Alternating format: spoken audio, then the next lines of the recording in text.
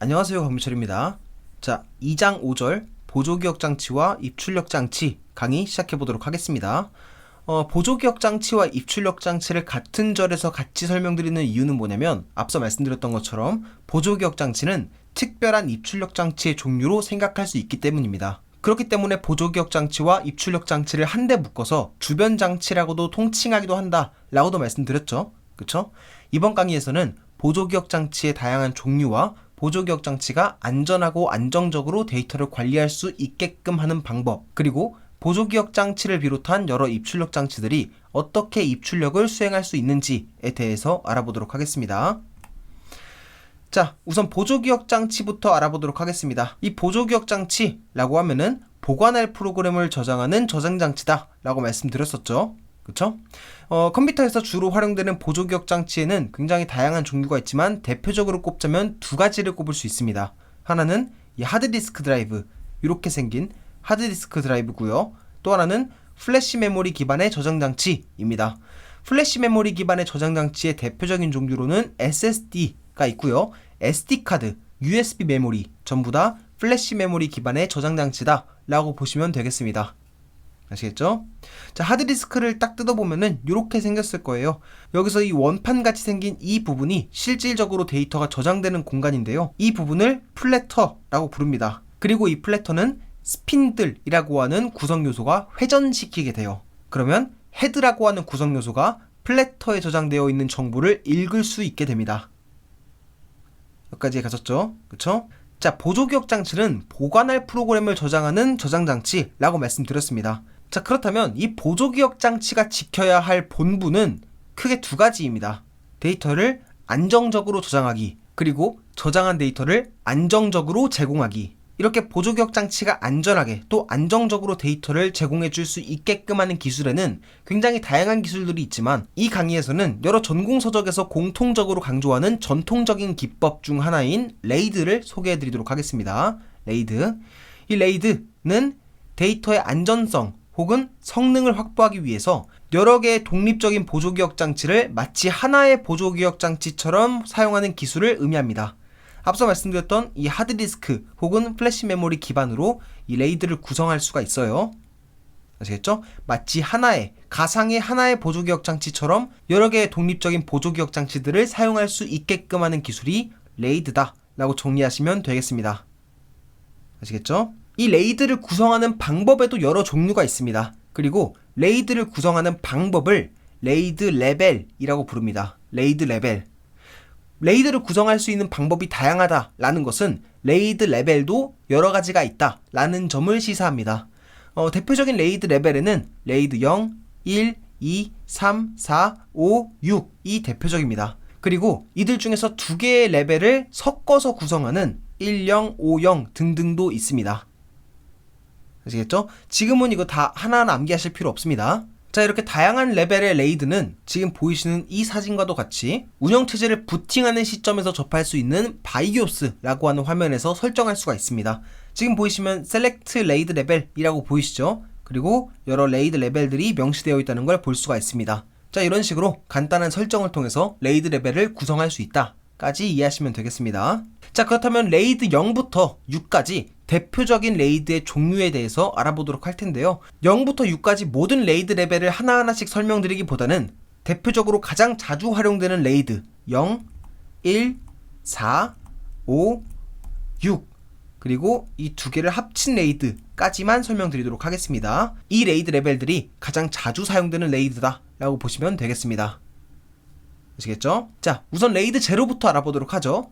레이드 제로는 데이터를 여러 보조기억 장치에 단순히 그냥 나누어서 저장하는 레이드 구성 방식이라고 보시면 됩니다. 그냥 단순히 나누어서 하나씩 돌아가면서 나누어서 저장하는 방식이 레이드 0이라고 보시면 됩니다.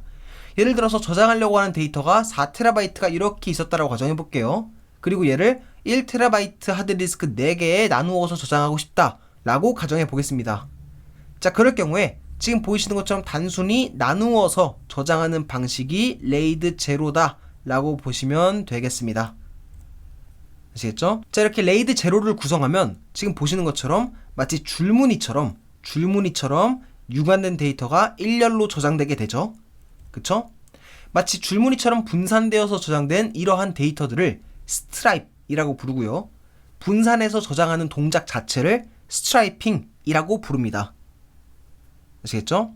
자, 레이드를 학습하실 때에는 각각의 레이드 레벨이 어떤 장단점을 갖고 있는지를 이해하는 게 너무 중요하거든요. 그래서 이 장단점에 집중해서 한번 들어주시길 바랄게요. 자, 레이드 0의 장점은 뭐냐면 빠른 입출력 속도입니다. 자, 예를 들어서 저장하려고 하는 데이터가 이렇게 있고 1, 2, 3, 4가 나누어서 저장됐다 라고 가정을 해볼게요. 자, 그리고 A1, A2, A3, A4에 순차적으로 접근하고 싶다 라고 가정해 보겠습니다. 자, 만약에 1, 2, 3, 4가 하나의 하드디스크에 이렇게 저장되어 있었다면 4번의 접근이 필요할 수 있겠지만 1, 2, 3, 4가 나누어서 저장될 경우에는 각각의 하드디스크가 한 번의 데이터를 전해줄 수가 있겠죠. 다시 말해서 만약에 A1부터 A4까지 하나의 하드디스크에 저장했을 경우에는 이 하드디스크에서 여러 번 데이터를 갖고 왔다 해야 될 겁니다. 근데 여러 개의 하드디스크로 분산되어 있기 때문에 한 번씩만 한 번에 전달받아도 원하는 데이터들을 확보할 수 있습니다. 따라서 입출력 속도가 빨라진다는 장점이 있습니다. 아시겠죠? 그래서 4TB 저장장치 1개보다 레이드 제로로 구성된 1TB 저장장치 4개의 속도가 이론상 4배가량 빠르다라고 알려져 있습니다.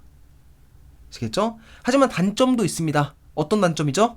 저장된 정보가 안전하지 않을 수 있다는 단점이 있습니다. 예를 들어서 이러한 데이터가 지금 보이시는 이렇게 스트라이핑 돼서 저장됐다 라고 가정을 해볼게요. 그리고 이 상황에서 하드디스크 3번이 고장났다 라고 가정해 보겠습니다. 자, 그러면 하드디스크 1, 2, 4에 저장된 데이터는 그 자체로 온전해지지 않을 수가 있습니다. 여기까지 이해가셨죠? 그쵸? 여기까지 레이드 제로에 대한 설명을 드렸습니다. 자, 그러면 레이드 1에 대해서도 알아봐야겠죠? 레이드 1은 완전한 복사본을 만들어서 저장하는 레이드 구성 방식이라고 보시면 됩니다. 완전한 복사본, 마치 거울처럼 나랑 똑같이 생긴 복사본을 만들어서 구성한다 라는 점에서 미러링이라고도 부릅니다. 이 또한 예제와 함께 알아볼까요? 가령 저장하려고 하는 데이터가 다음과 같았다 라고 가정해 보겠습니다. 그리고 이 데이터를 1TB짜리 하드디스크 4개에 나누어서 저장하고 싶다 라고도 가정해 보겠습니다. 레이드 1으로 구성된 하드디스크에 이 데이터를 저장할 경우에는 다음과 같이 저장이 됩니다.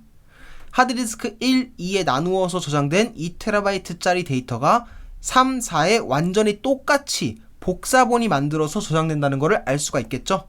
그렇죠? 그렇기 때문에 레이드 1은 장점이 복구가 간단하고 안전성이 높다는 겁니다. 아시겠죠? 하지만 단점도 있죠. 레이드 제로와 비교해서 한번 생각해 보세요.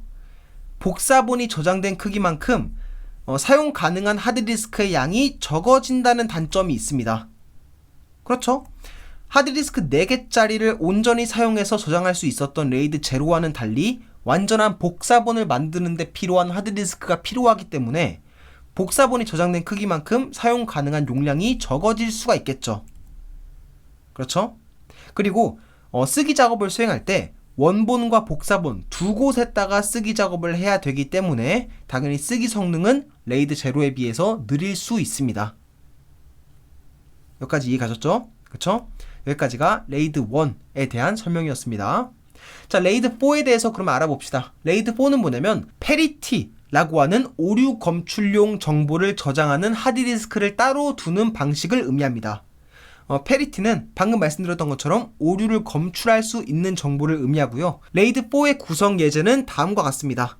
가령 저장하려고 하는 데이터가 다음과 같다라고 가정했을 때 오류 검출용 정보를 의미하는 페리티를 저장하는 하드디스크를 이렇게 따로 두는 거예요. 가령 예를 들어서 페리티 A의 경우에는 A1, 2, 3에서 발생한 오류를 검출하도록 하는 정보, 페리티 B의 경우에는 B1, 2, 3에서 발생한 오류를 검출할 수 있는 정보로 구성한다는 거예요. 장점은 레이드 1에 비해서 적은 하드디스크로도 안전하게 데이터를 보관할 수 있다는 장점이 있습니다. 레이드 1은 완전한 복사본을 만드는 방식이기 때문에 하드디스크 2개에 해당하는 원본을 저장할 때에는 하드디스크 2개가 복사본으로 필요했지만 레이드 4의 경우에는 그렇지 않죠? 그쵸? 그래서 적은 하드디스크로도 안전하게 데이터를 보관할 수 있다라는 장점이 있습니다. 근데 여기서 중요한 단점이 있는데 어떤 단점이 있냐면 페리티를 저장하는 이 하드디스크에서 병목이 발생할 수 있다는 단점이 있습니다. 페리티라고 하는 오류 검출용 정보는 당연하게도 데이터에 접근할 때마다 참조를 해야 됩니다. 그렇기 때문에 하드디스크 1에 접근하든 2에 접근하든 3에 접근하든 읽기를 하든 쓰기를 하든 무조건 하드디스크 4에 접근을 해야 될 수가 있습니다. 그래서 하드디스크 4에서 병목이 발생할 수가 있게 되는 거예요. 여기까지 가셨죠? 당연하게도 병목 현상이 발생하면 성능이 저하될 수 있겠죠? 아시겠죠? 여기까지가 레이드 4에 대한 소개였습니다. 자, 그러면 레이드 5도 한번 알아봅시다. 레이드 5는 레이드 4에 응용된 버전이라고 생각하시면 됩니다. 레이드 5는 이 페리티를 하나의 하드디스크에다가 저장하지 않고 여러 하드디스크에 분산해서 저장하는 구성 방식을 의미합니다. 따라서 레이드 4의 단점인 병목 현상을 상당 부분 완화할 수 있다는 장점이 있습니다. 가령 이 예제를 다시 한번 볼게요. 레이드 4의 경우에는 가령 하드디스크 쓰기 작업을 할 때마다 하드디스크 4에 접근을 했어야만 했을 겁니다. 하지만 레이드 5에서는 페리티가 이렇게 나누어서 저장될 때에는 하나의 하드디스크에만 접근할 필요가 없어지겠죠. 그렇죠? 그래서 병목 현상을 상당 부분 보완할 수 있다라는 장점이 있는 구성 방식입니다. 여기까지 이해가셨죠? 그렇죠? 자, 마지막으로 레이드 6도 한번 알아봅시다. 레이드 6는 서로 다른 두 개의 페리티, 오류를 검출할 수 있는 수단을 두 개를 두는 구성 방식을 레이드 6라고 부릅니다. 그래서 오류를 검출할 수 있는 수단이 두 개이기 때문에 당연하게도 레이드 5에 비해서 안전성이 더 높다라고 알려져 있고요. 하지만 당연하게도 또 다른 페리티를 저장할 수 있는 그 공간만큼 하드디스크를 활용할 수는 없겠죠. 그렇죠? 그리고 새로운 정보를 저장할 때마다 페리티를 두 개씩 관리해야 되기 때문에 레이드 5에 비해서 안정성은 더 뛰어나다고 알려져 있을지 몰라도 쓰기 성능은 조금 더 느린 것으로 알려져 있습니다. 여기까지 가셨죠? 그쵸? 자, 여기까지 레이드 0부터 6까지 대표적인 레이드 구성 방식을 소개해드렸습니다. 앞서 말씀드렸던 것처럼 여러 레이드 레벨들을 합친 방식도 존재를 합니다. 여러 레이드 방식을 합쳐서 구성하는 방식을 네스티드 레이드라고 부르는데요. 대표적으로는 이런 방식들이 있어요. 레이드 1과 1을 혼합한 레이드 1, 0이라고 하는 방식도 있고요. 5와 0을 혼합한 5, 0이라고 하는 방식도 있습니다. 예를 들어서 1, 0의 경우에는 이런 식으로 저장이 되는 거예요. 1로 완전한 복사본을 두되 이 원본과 복사본의 데이터를 저장할 적에는 레이드 1처럼 스트라이핑해서 저장하겠다 라는 방식이 레이드 1, 0이라고 보시면 되겠습니다.